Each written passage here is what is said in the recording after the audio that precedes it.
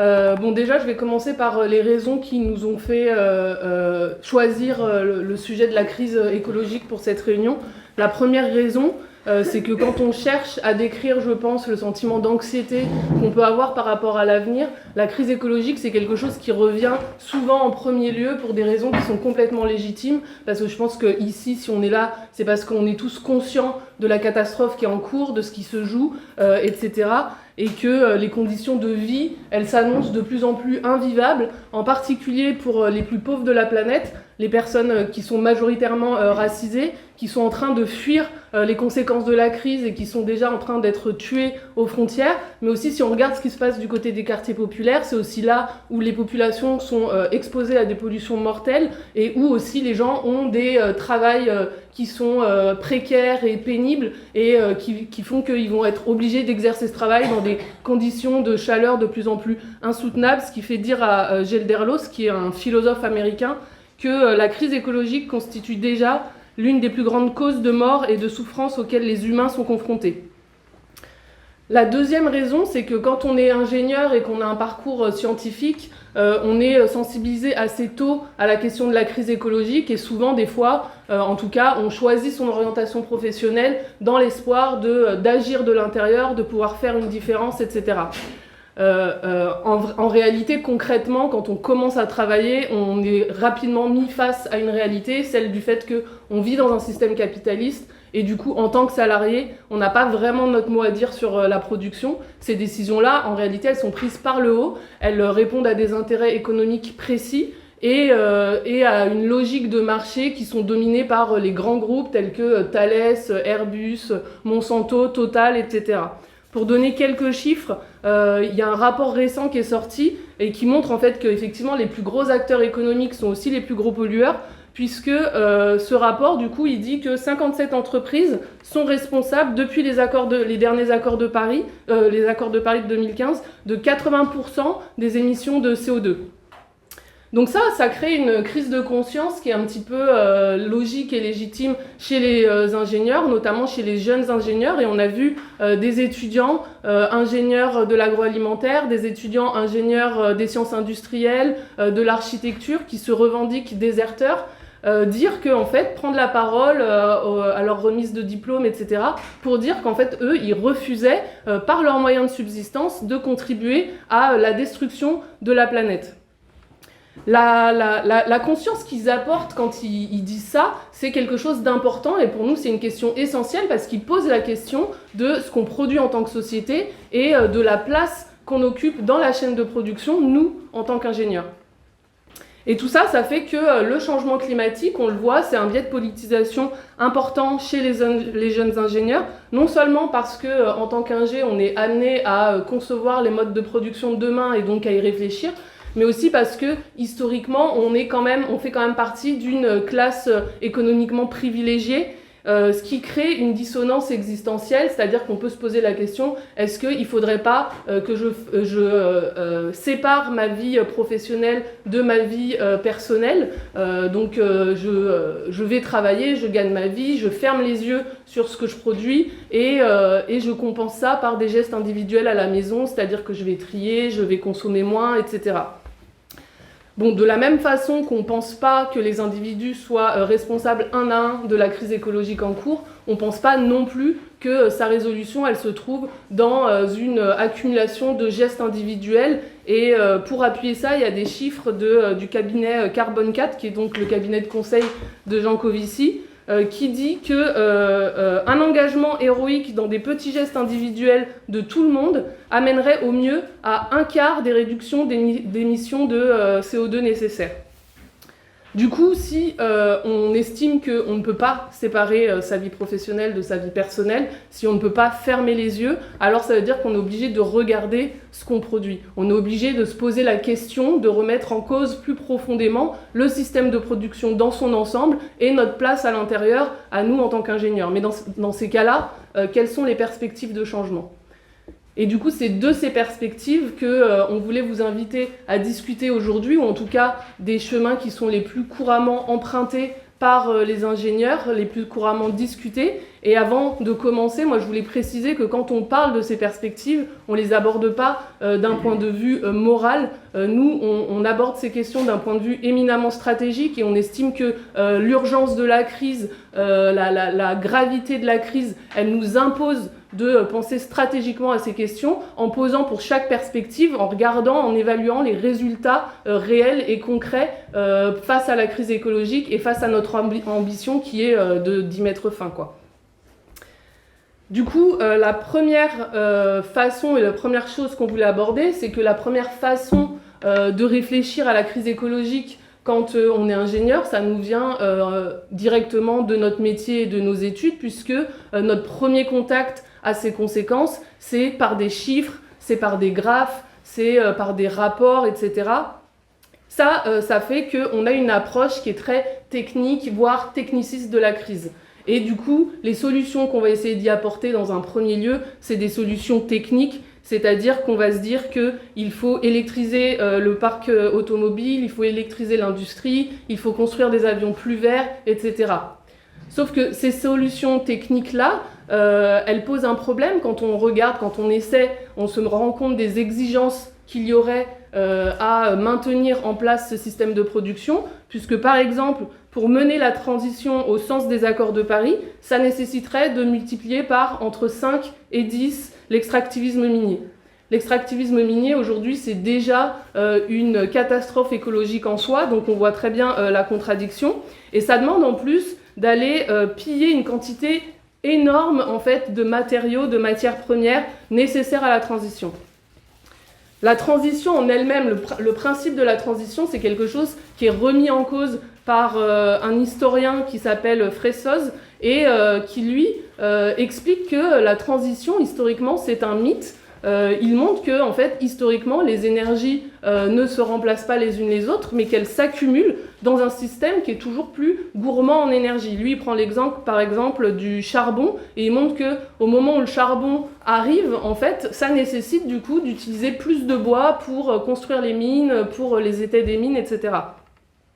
Et en ce sens, il dit que le mythe de la transition, c'est quelque chose qui a été inventé par les industriels, en réalité, pour pouvoir continuer à faire leur business tout en gagnant l'opinion publique, etc. et pour pas être emmerdé en gros.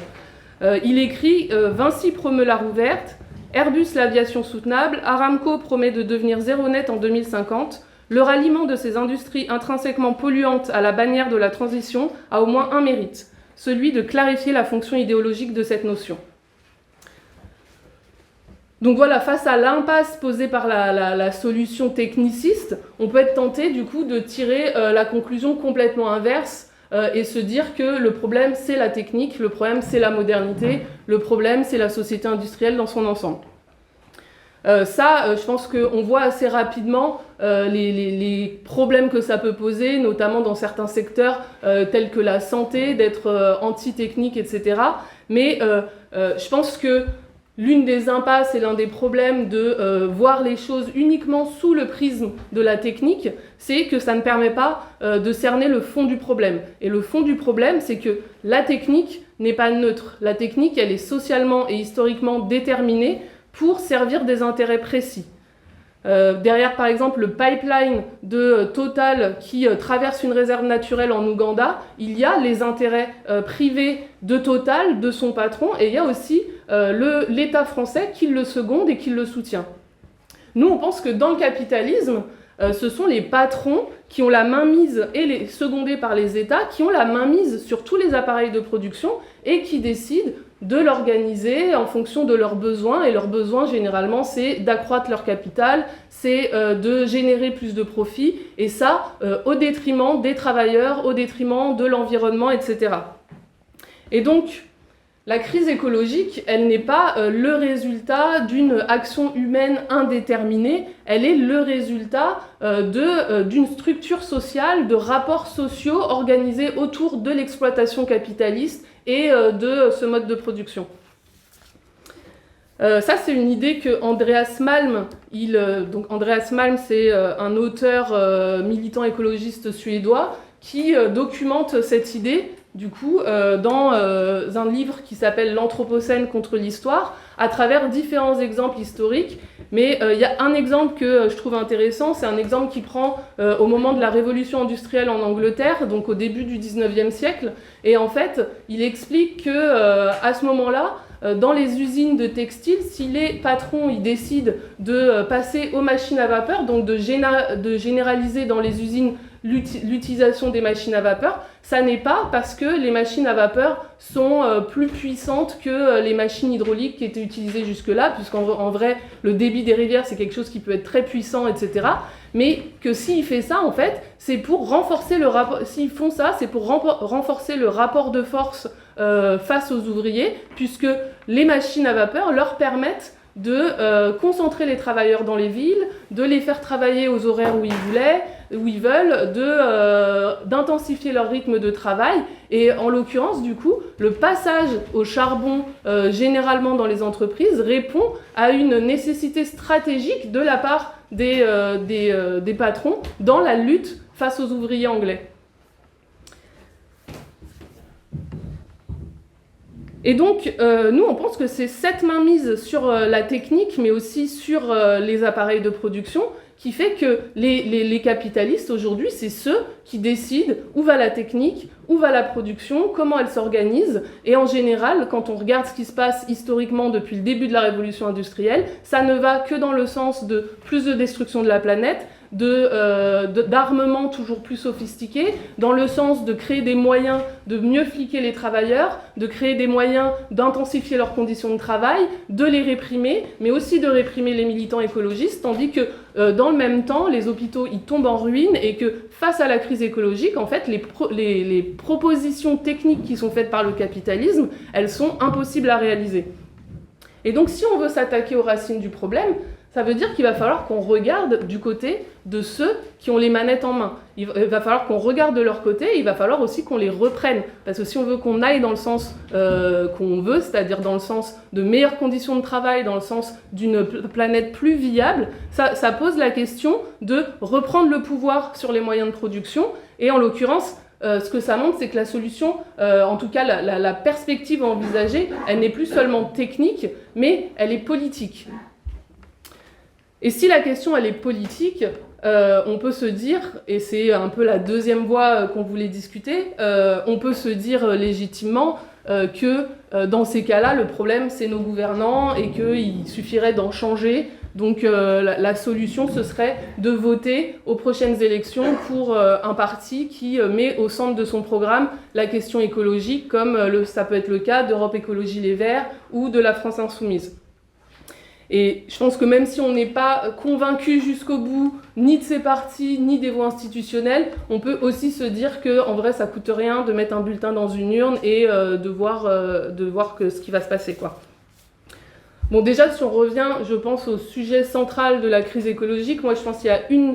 contradiction importante à regarder, et cette contradiction, elle est à la fois temporelle et d'échelle, entre, d'une part, l'urgence de la crise écologique. On est en train de parler d'une crise écologique qui est globale, qui nécessiterait qu'on réorganise les moyens de production à l'échelle mondiale, et le fait de fonder ses espoirs dans une élection qui est nationale, qui a lieu tous les 5 ans, et qui, en plus, au bout de 5 ans, c'est-à-dire au bout d'un mandat, peut très bien repasser entre les forces d'opposition, entre les forces de droite, qui peuvent mettre un coup d'arrêt à toute mesure sociale ou écologique qui aurait été mise en place. Ensuite, si on regarde quand même concrètement ce que sont les stratégies qui sont proposées par les partis réformistes, je pense qu'elles reposent essentiellement sur 2 choses. La première, c'est de croire qu'en fait, on peut, par les voies parlementaires, contraindre le système capitaliste et son économie.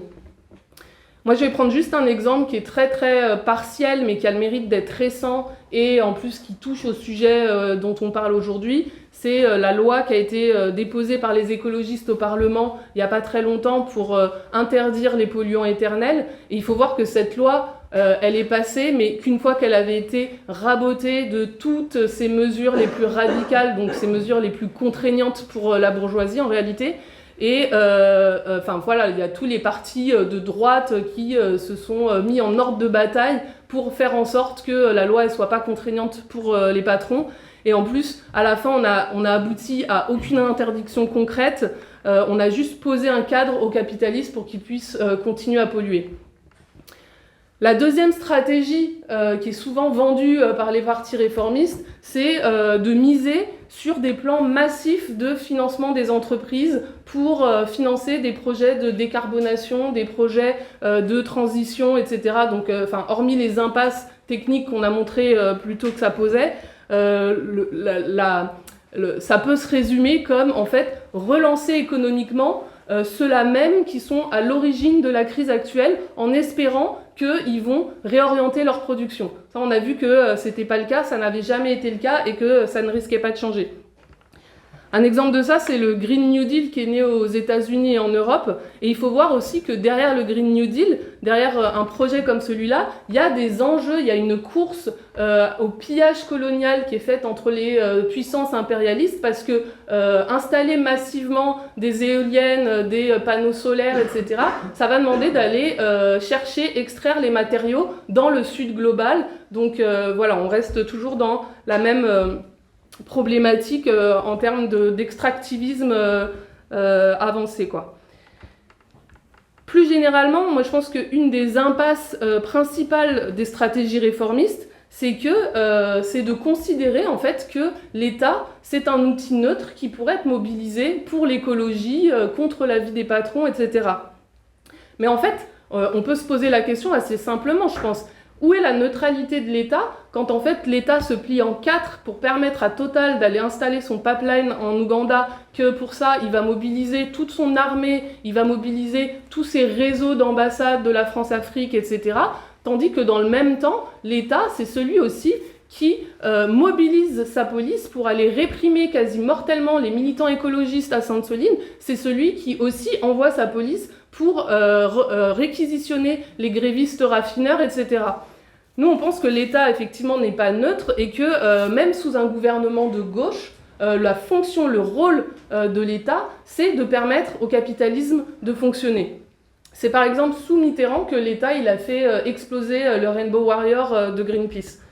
Et c'est comme ça qu'il faut aussi comprendre le positionnement de Mélenchon par rapport à l'armée, parce que Mélenchon, il va invoquer la nécessité de maintenir la respectabilité française, d'en faire une puissance verte, même si ça veut dire en fait soutenir la politique de pillage colonial, etc. Mais à un moment où en fait on voit tous que les tensions guerrières, elles sont en train de monter, etc., la France insoumise revendique plus de financement pour la police, plus de financement pour l'armée. Sauf que l'armée et la guerre, au final, c'est quoi ? Je pense que, j'ai besoin de convaincre personne ici que l'armée et la guerre, c'est la destruction totale de tous les écosystèmes, c'est la destruction de l'environnement, des humains, etc. En particulier au XXIe siècle, on voit très bien qu'une guerre mondiale, ce serait potentiellement la fin de toute planète viable, etc. Et donc, pour revenir un petit peu à la question du départ de cette partie sur les stratégies des voies institutionnelles et tout, est-ce que au final, du coup, on met juste... ça coûte rien de mettre un bulletin dans une urne. Nous, on pense justement au contraire qu'en entretenant l'illusion d'un État qui serait neutre et potentiellement écologiste, les forces et stratégies réformistes, elles jouent directement contre les acquis du mouvement écologiste, notamment avec la répression qui a eu lieu à Sainte-Soline, la répression qui a eu lieu contre les militants qui ont essayé d'attaquer Lafarge, etc., et qui ont montré en fait quelle était la nature de classe de l'État. On pense que justement les forces réformistes jouent contre ce saut de conscience, cet acquis de conscience qui peut exister dans le mouvement écolo. La troisième perspective un petit peu dont je voulais discuter, c'était parce que je pense que c'est quelque chose qui est quand même pas mal débattu dans le milieu des ingénieurs. On en a parlé avant avec les étudiants ingénieurs qui se revendiquent déserteurs, etc. C'est justement la stratégie de la désertion. Nous, on prend l'exemple d'Olivier Lefebvre, qui est là, du coup, dans la salle, et qui a écrit un livre, qui est un ancien ingénieur, d'ailleurs, de la même boîte que moi. Je travaille dans la même boîte. Et Olivier Lefebvre, il parle de dissonance cognitive, et il dit que cette dissonance cognitive, elle est la source du mal-être qui peut être ressenti chez les ingénieurs, et que pour la résoudre, il faudrait en gros sortir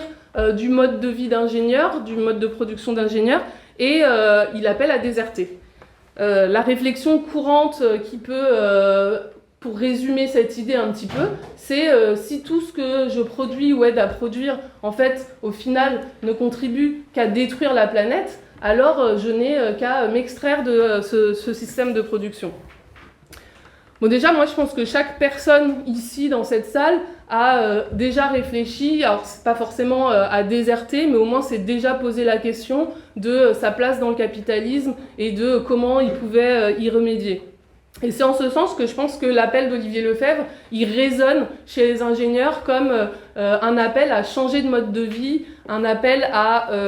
sortir d'un métier qui peut être considéré comme bourgeois et destructeur, et à s'investir dans des initiatives à la marge, etc. Concrètement, les déserteurs, ils vont privilégier des solutions locales, des circuits courts, les modes de vie communautaires, etc., avec l'idée que par la multiplication de ce type d'expérience, le capitalisme deviendrait un peu comme une coquille vide désertée de ses membres et périrait de lui-même, en quelque sorte. Et nous, on pense que c'est très intéressant de faire des expériences d'organisation alternative. C'est très intéressant aussi que les ingénieurs se posent ces questions, et c'est très symptomatique de cette crise idéologique dont on parlait au départ, etc. En revanche, nous, on pense que cette option, elle reste limitée, dans ses effets en tout cas, puisqu'elle ne s'attaque pas au mode de production, et que, au final, elle repose en dernière instance sur le système qu'elle se propose de fuir, puisque le fait qu'une minorité puisse prétendre à un autre mode de consommation, ça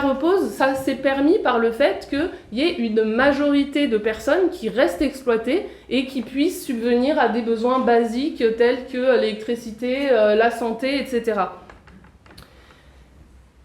Et donc, en l'occurrence, nous, on partage ce constat qui est fait par les déserteurs que, effectivement, on ne va pas changer ce système de l'intérieur.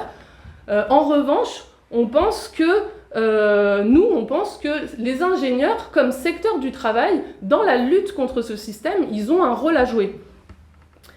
Et stratégiquement, c'est pour ça qu'on s'inscrit à rebours des stratégies de fuite et qu'on revendique plutôt les stratégies qui vont viser à renforcer la lutte syndicale et politique au sein de nos entreprises et à s'allier au secteur du travail, aux différents secteurs de travailleurs dans la lutte contre le système. La proposition qui est faite par Olivier Lefebvre de sortir de l'ingénierie en masse, mais un par un, pour nous, parce que bon voilà, cet appel c'est quand même déserter un par un, pour nous, elle est intéressante, mais ce qu'elle ne pose pas, c'est la question de l'organisation, de quel type d'organisation, à travers quelle organisation les travailleurs, les gens, etc. Se rencontrent, se rassemblent, et quel type d'organisation il faut construire pour lutter contre le système. Et nous, par exemple, c'est un exemple, mais dans notre entreprise, Vincent en parlait un petit peu, mais c'est justement en contradiction avec l'idée qu'il faudrait déserter un à un, s'en aller, etc., qu'on a monté un syndicat, non seulement déjà parce qu'on avait des intérêts immédiats à le faire, c'est-à-dire qu'on voulait défendre nos salaires, on voulait défendre nos conditions de travail qui se dégradent, etc., mais aussi parce qu'on voulait construire une conscience collective d'ingénieurs par l'auto-organisation, par l'organisation d'assemblées générales, etc., d'ingénieurs qui font les mêmes constats et qui décident d'allier leurs forces, d'allier leurs compétences pour réfléchir à une autre façon de s'organiser, pour réfléchir à comment organiser mieux leur travail, mais même pour réfléchir à des problèmes de société plus généraux, puisque c'est ça qui nous a poussé, par exemple, à prendre position sur certains sujets, à aller en manifestation contre la 69, à soutenir les mineurs isolés qui étaient expulsés de Paul Sabatier, à manifester contre la loi immigration et à manifester en soutien à la Palestine. Et donc, pour résumer, nous, notre rôle, on pense qu'on ne doit pas l'abandonner. Nous, pour nous, on doit réfléchir ensemble à comment le redéfinir pour qu'il réponde à ce qu'on veut. Et ça va passer par la construction d'organisations qui sont capables de créer un réel rapport de force,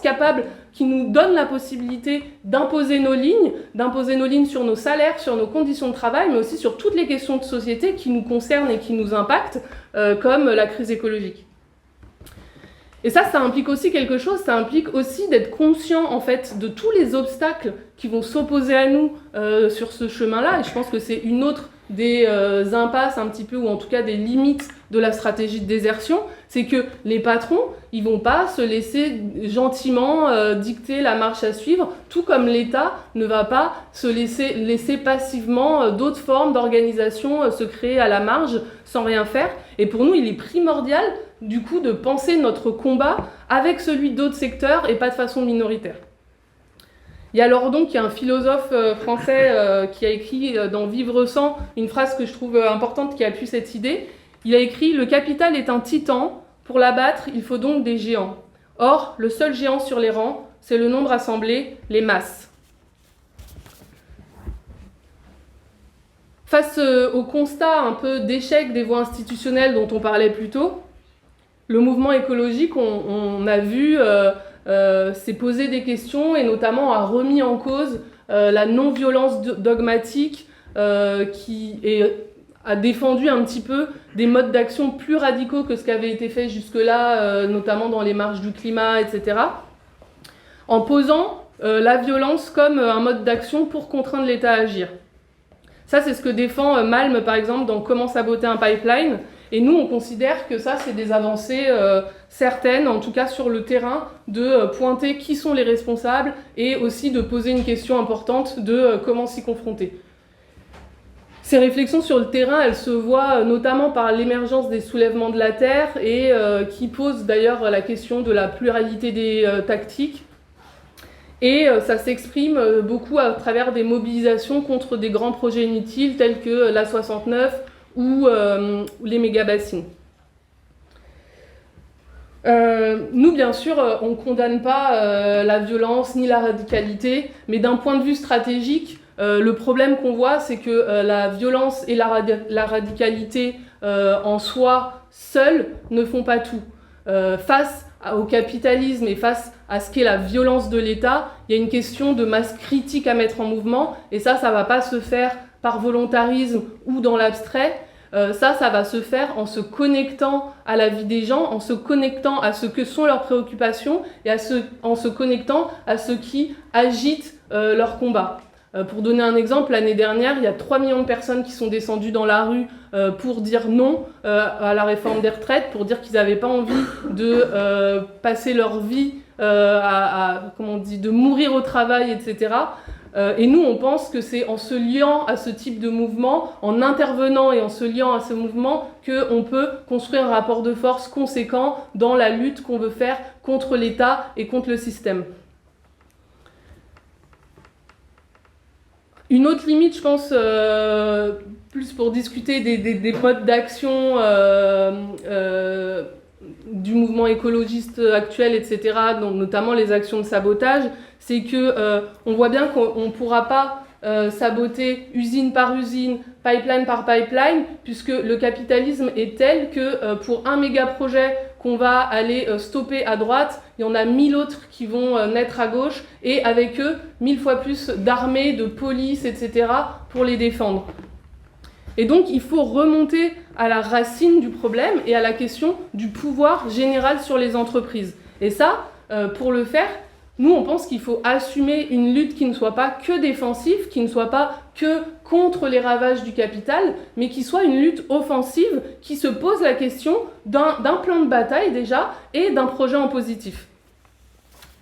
Bon, du coup, quel projet en positif? Ça, c'est la question un petit peu plus difficile. C'est la question dans laquelle, en général, on commence à se regarder dans le blanc des yeux parce qu'on n'est pas habitué à discuter de perspectives qui seraient en dehors des carcans du capitalisme. Ce manque de perspective, déjà, il ne vient pas de nulle part. On sort de décennies de contre-offensive idéologique qui a été menée par le néolibéralisme et en particulier qui a touché en premier lieu les secteurs classe moyenne dont viennent les ingénieurs, etc.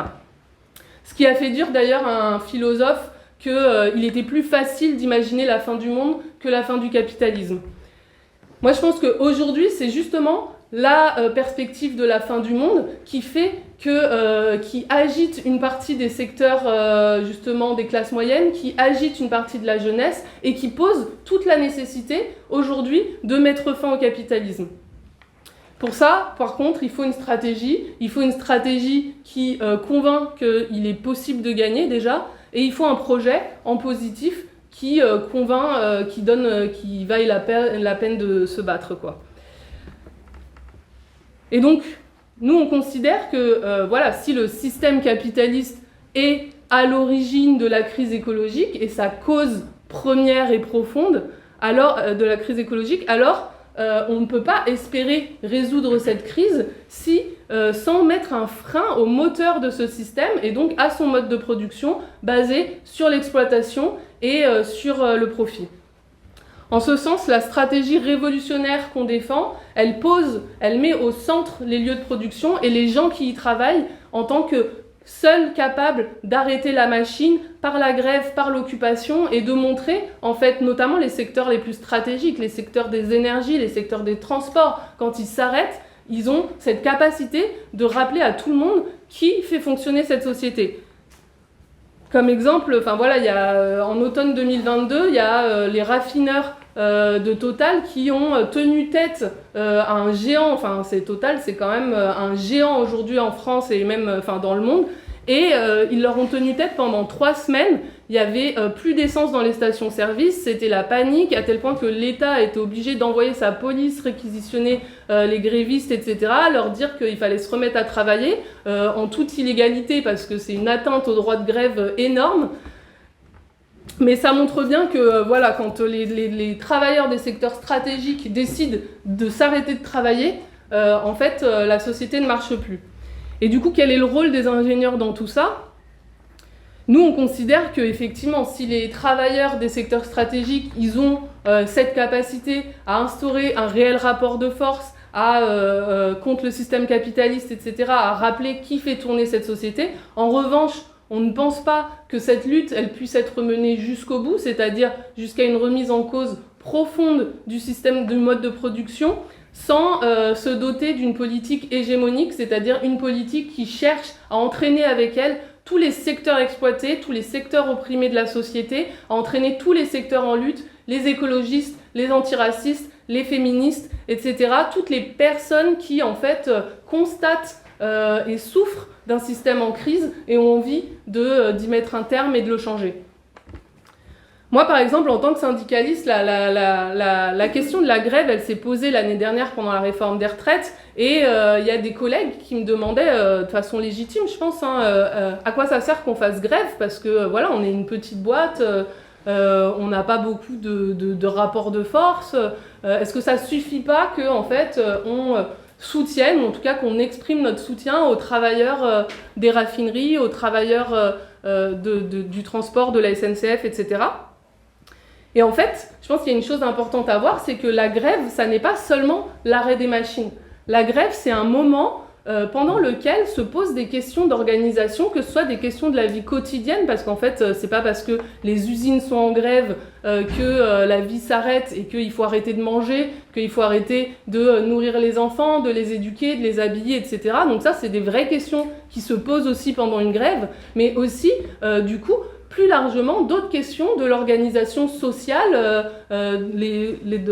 qui vont de l'usine au quartier, à la ville. La grève est un moment où se posent des questions collectives de comment organiser la société.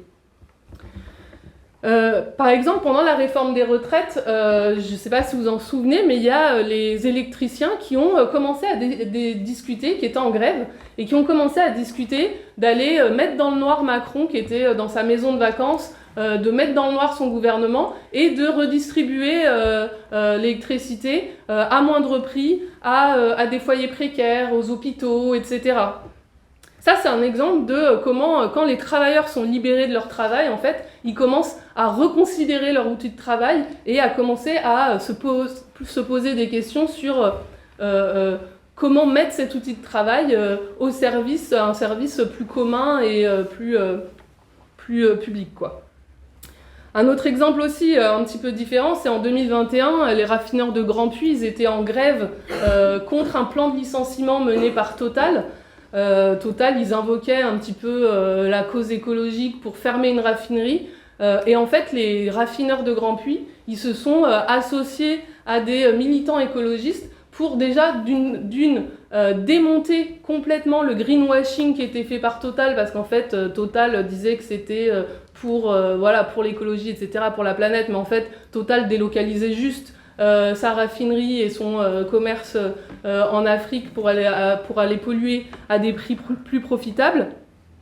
Mais ils ont commencé aussi à discuter tout un plan de reconversion écologique alternatif. Donc ça, c'est aussi un autre exemple de ce qui se passe, de la potentialité qu'offre un moment de lutte, un moment de grève pour reconsidérer l'organisation de la société. Et donc c'est ce type d'alliance qu'on pense qui peut être faite avec les ingénieurs, puisque les ingénieurs, ils peuvent utiliser leurs connaissances pour démasquer techniquement le greenwashing des entreprises et de l'État, pour penser la reconversion des machines vers la production de biens nécessaires, pour penser aussi des réseaux de transport public qui respectent l'environnement et qui soient réellement publics, c'est-à-dire qui servent les gens. Un exemple de ça, c'est en Argentine, nos camarades du PTS, donc le PTS, c'est l'organisation sœur de Révolution Permanente en Argentine. Ils sont au cœur d'expériences d'usines qui ont été récupérées par la lutte et qui sont gérées démocratiquement par les travailleurs, par les ouvriers.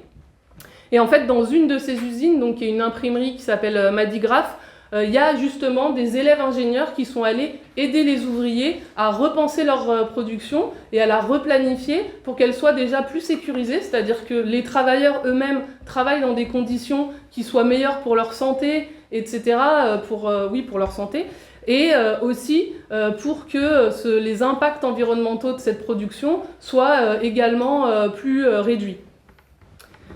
Et donc ces exemples-là, cette réflexion, je pense, pour ramener un peu la focale même à Toulouse. À Toulouse, il faut voir qu'on a la plus grosse concentration industrielle de France, qui est l'aéronautique, et qui est divisée artificiellement entre donneurs d'ordre, sous-traitants, entre ingénieurs et ouvriers. Mais en fait, pour nous, il y a une nécessité stratégique à reconstruire un lien entre tous les travailleurs de ce secteur. Déjà, premièrement, pour établir un rapport de force, pour défendre nos salaires et nos conditions de travail, parce que je pense qu'on a tous eu des NAO, et en fait, on a tous récolté que des miettes dans nos NAO, mais aussi pour en fait discuter largement entre nous du secteur, de comment l'organiser et de ce qu'on voudrait pour la production dans ce secteur, de ce qu'on voudrait faire, quoi.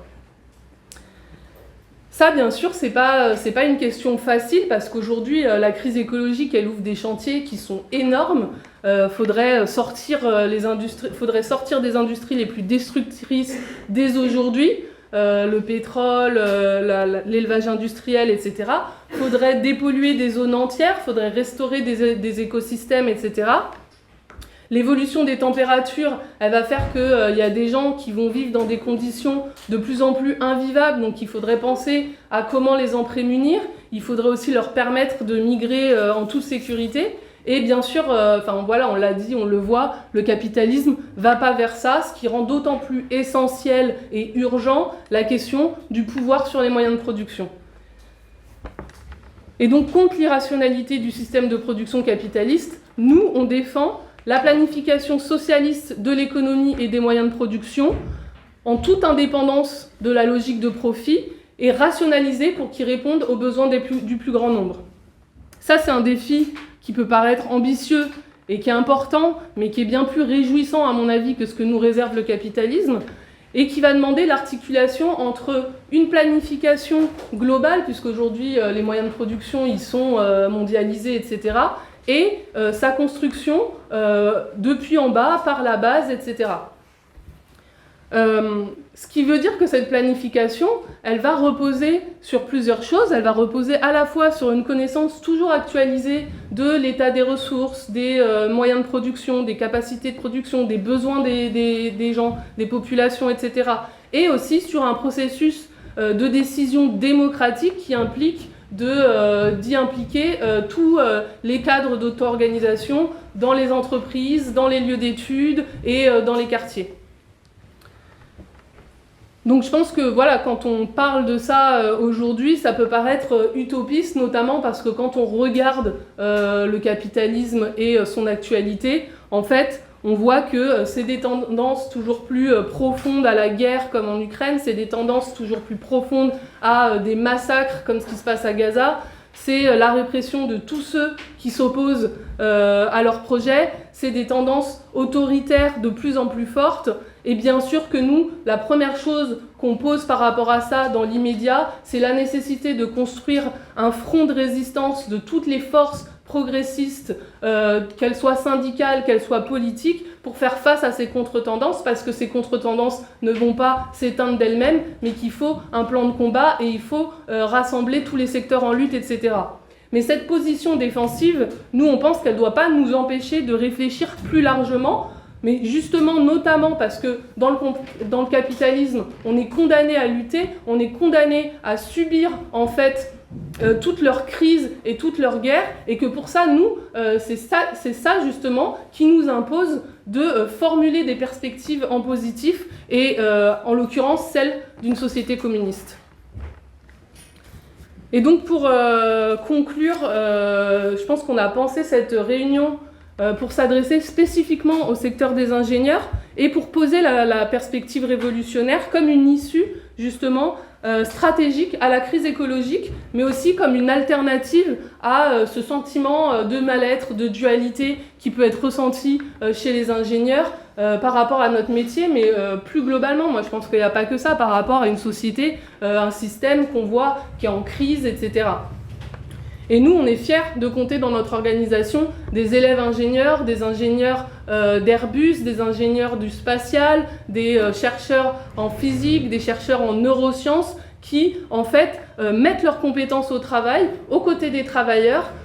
aux côtés notamment des ouvriers de l'aéronautique, aux côtés des raffineurs, etc., pour lutter contre les géants de la pollution et se battre aussi pour un autre avenir, un avenir qui soit débarrassé de l'exploitation, qui soit débarrassé de l'oppression et qui soit débarrassé en fait de tous les ravages environnementaux et humains qui sont causés par le capitalisme. Et c'est face au constat de plus en plus évident que les entreprises, elles vont pas se laisser contraindre, elles vont pas se laisser déposséder de leurs moyens de production, que nous, on pense qu'il est nécessaire de construire une avant-garde dans tous les secteurs du travail, une avant-garde qui soit capable de mener ce genre de bataille politique, de mener les batailles idéologiques et aussi de poser en positif un projet concret, celui d'un autre système de société. Et du coup, c'est de ce type de projet qu'on vous appelle qu'on vous appelle à défendre avec nous, mais déjà dans un premier temps d'en discuter ici maintenant.